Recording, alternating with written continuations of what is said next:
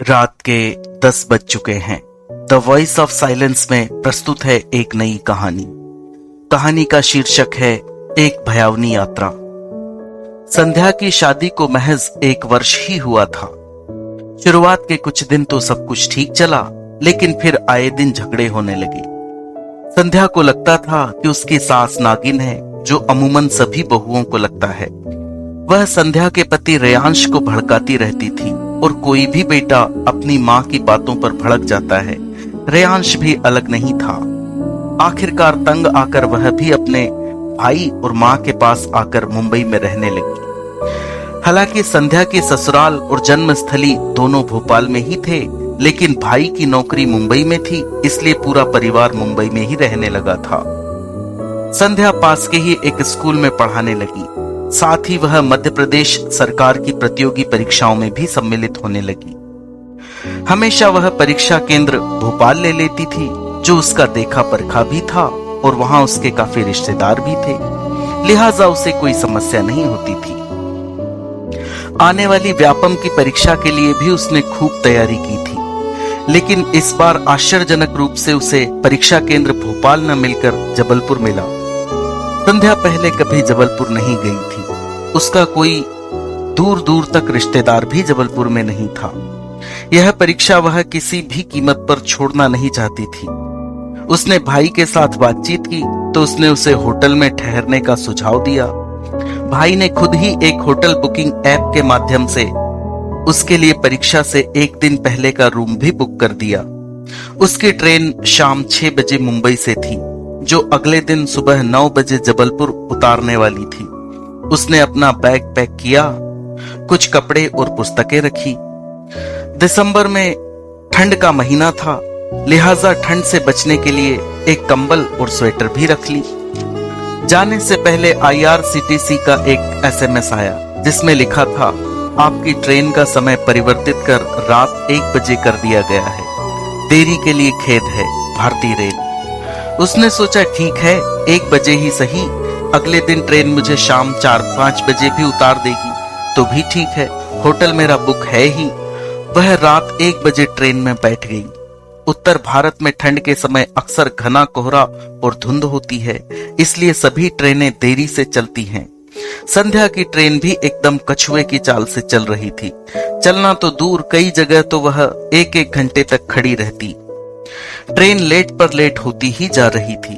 संध्या सोचने लगी, ठीक है, मुझे ट्रेन शाम 7 बजे तक भी उतार देगी तो दिन छिते मैं होटल पहुंच जाऊंगी। लेकिन शाम के 6 बज चुके थे। जबलपुर अभी भी बहुत दूर था। सूर्य अपने अस्ताचल की ओर था। धीरे धीरे अंधेरा सूर्य को अपने आगोश में ले रहा था। शाम का छिटपुट अंधेरा अब गहरा गया था।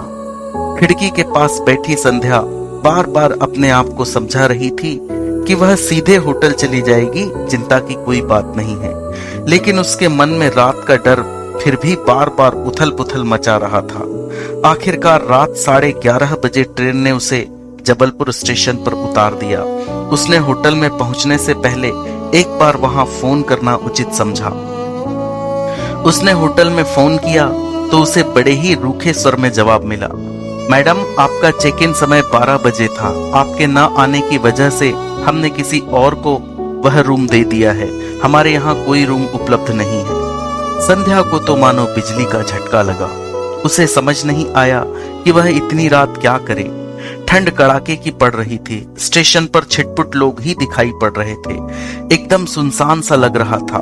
फिर उसने निर्णय लिया कि वह स्वयं ही स्टेशन से बाहर निकलकर कोई होटल ढूंढेगी। स्टेशन से बाहर अंधेरा छाया हुआ था, लेकिन कहीं कहीं स्ट्रीट लाइट जल रही थी। दुकानें सारी बंद थी। एक पागल घूम रहा था। उससे थोड़ी ही दूरी पर 2 नशेड़ी ड्रग्स ले रहे थे। आवारा मवेशी बीच सड़क पर बैठे हुए थे। वह स्ट्रीट लाइट के उजाले में धीमे चलती थी, और जहां अंधेरा होता वहां तेजी से कदम उठा लेती थी। वह भय और ठंड से कांप रही थी। संध्या को नहीं पता था कि वह कहां जा रही है। तभी उसे महसूस हुआ जैसे कोई उसका पीछा कर रहा है। उसने पीछे मुड़कर देखा तो मैले कुचैले कपड़े पहने एक पागल उसका पीछा कर रहा था। अब उसे समझ नहीं आया कि वह क्या करे। वह वापस स्टेशन की तरफ जाने लगी। उसे लगा कि उस उजाले में ही बैठूंगी तो ठीक रहेगा, लेकिन वह पागल अचानक संध्या के पीछे दौड़ने लगा। संध्या ने हिम्मत जुटाई और एक बड़ा सा पत्थर फेंककर उसे मारा। वह गिर गया। संध्या दौड़ते हुए स्टेशन के उजाले में पहुंच गई। वह स्टेशन पर बैठकर बहुत दुखी थी, अभी भी भय से कांप रही थी। उसका मन कर रहा था कि वह जोर जोर से रो ले। यहाँ भी उसके आसपास 2-3 टपोरी लड़के मंडरा रहे थे। कभी संध्या के पास पहुंचकर गाने गाते तो कभी आपस में ही एक दूसरे को भद्दी भद्दी गालियां देते।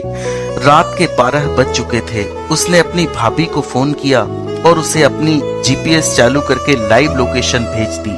दरअसल माँ कहा करती थी कि जो भी स्थिति आए घर वालों को बताते रहो, ताकि कम से कम उन्हें मालूम तो पड़े कि हमारे बेटे या बेटी के साथ क्या हुआ है। यही सोचकर उसने अपनी लाइव लोकेशन अपनी भाभी को भेज दी।